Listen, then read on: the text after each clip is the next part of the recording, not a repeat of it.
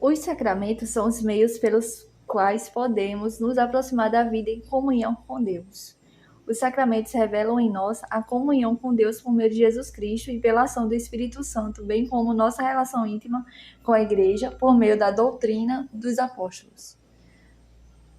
Papa Paulo VI, na Constituição Conciliar, ensina-nos que os sacramentos não só supõem a fé, mas também a alimentam, fortificam e exprimem por meio de palavras e coisas, razão pela qual se chamam sacramentos da fé. Como sinais e meios de fortalecimento da fé, foram instituídos por Jesus Cristo e confiados à Igreja, sendo o batismo, a confirmação, a Eucaristia, a penitência, a unção dos doentes, a ordem e o matrimônio, contando cada um com suas particularidades que brevemente serão citadas. Primeiro, batismo. O batismo é o primeiro sacramento e ele insere o fiel na vida cristã, pois mostra o desejo de alcançar a salvação. Por ele somos libertos do pecado, entregues à paternidade de Deus, unidos em Jesus Cristo e incorporados à Igreja. As crianças que serão batizadas devem ter seus pais e padrinhos devidamente instruídos sobre o significado do batismo e também sobre as obrigações que assumem perante Deus e a Igreja de conduzir a criança à vida cristã. Os adultos que quiserem se batizar deverão manifestar essa vontade e estar conscientes das verdades sobre a fé e das obrigações cristãs, sendo advertido para arrepender-se de seus pecados.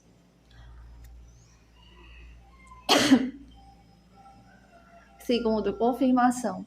Na confirmação, os batizados avançam em seu caminho de iniciação cristã, são enriquecidos com os dons do Espírito Santo e chamados a testemunhar Jesus Cristo por obras e palavras. A unção do crisma na fronte pelo óleo consagrado pelo bispo deve ser realizado na igreja e inserido na celebração da missa.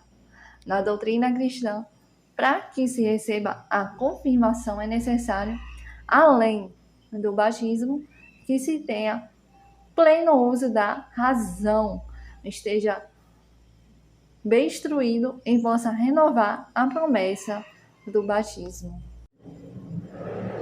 Quanto à idade mínima, foi em agosto de 1910, pelo decreto que o Santo Papa Pio X estabelecia que se podia admitir as crianças à primeira comunhão, já a partir da idade de 7 anos, a chamada idade de discrição, pela qual a criança já consegue distinguir o pão comum do pão eucarístico.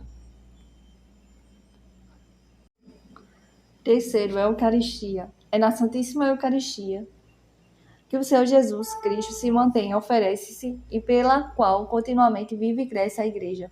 O sacrifício eucarístico é a memória da morte e ressurreição do Senhor, pelo qual se relembra o sacrifício da cruz. A Eucaristia representa a fonte de todo culto e vida cristã, pelo qual se realiza a comunhão do povo de Deus e se completa a edificação do corpo de Cristo.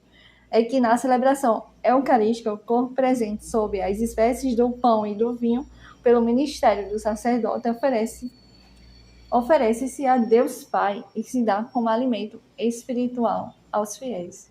Recomenda-se que os fiéis recebam a Sagrada Comunhão na missa, mas quando a pedirem por justa causa, poderá ser administrada fora da celebração litúrgica, observados os ritos específicos. Lembremos-nos da importância da Santíssima Eucaristia, vez que os demais sacramentos e de todas as obras eclesiásticas de apostolado relacionam-se com esse sacramento. Quarto, penitência.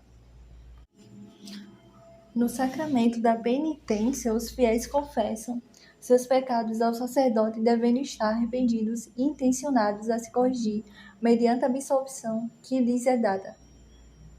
É pela confissão individual e pela absolvição que o fiel consciente de pecado grave reconcilia-se com Deus e com a Igreja. Já a absolvição de vários penitentes sem confissão individual não pode se dar de modo geral, a não ser que haja necessidade grave declarada pelo bispo diocesano, e não haja tempo para que os sacerdotes ouçam devidamente as confissões de cada um dentro de tempo razoável. Aqui é importante lembrar que não se considera existir necessidade quando não possam estar presentes confessores suficientes, somente por motivo de grande afluência de penitentes, como pode suceder em grande festividade ou peregrinação. Na penitência, recomenda-se ao fiel que confesse também os pecados veniais, menos graves.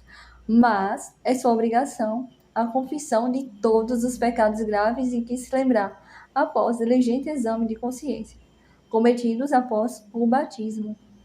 Para alcançar o perdão dos pecados e reconciliar-se com a igreja, o fiel deve estar de tal maneira disposto que, arrependido de seus pecados e com o propósito de se corrigir, converta-se a Deus.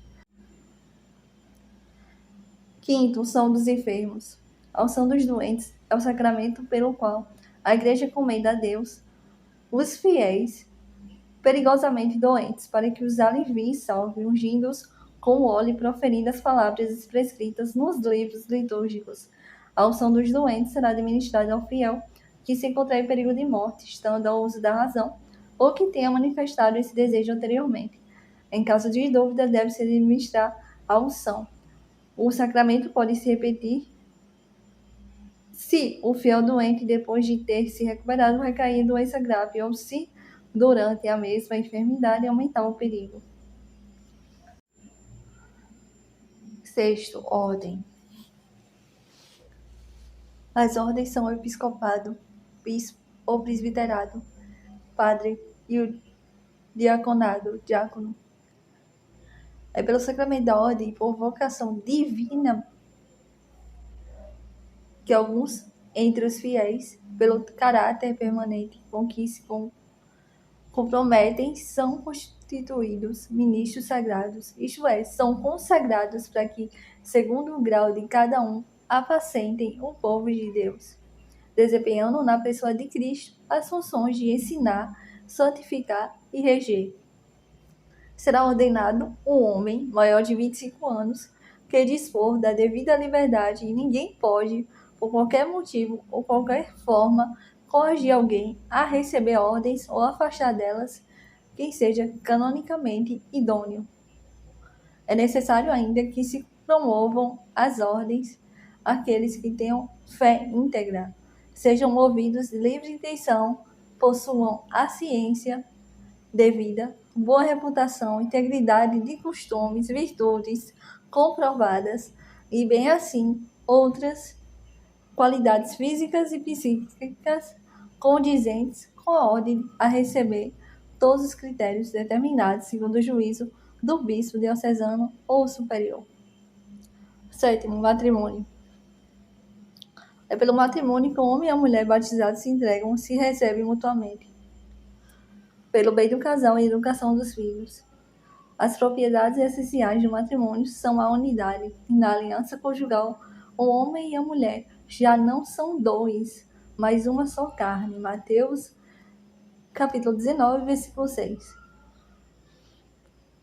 E a indissolubilidade, que representa uma união para a vida toda e confere em particular firmeza ao matrimônio cristão.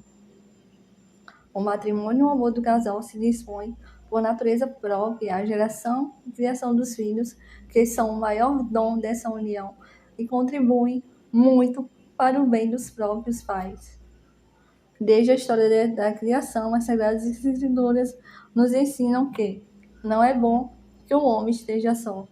Gênesis capítulo 2, versículo 88.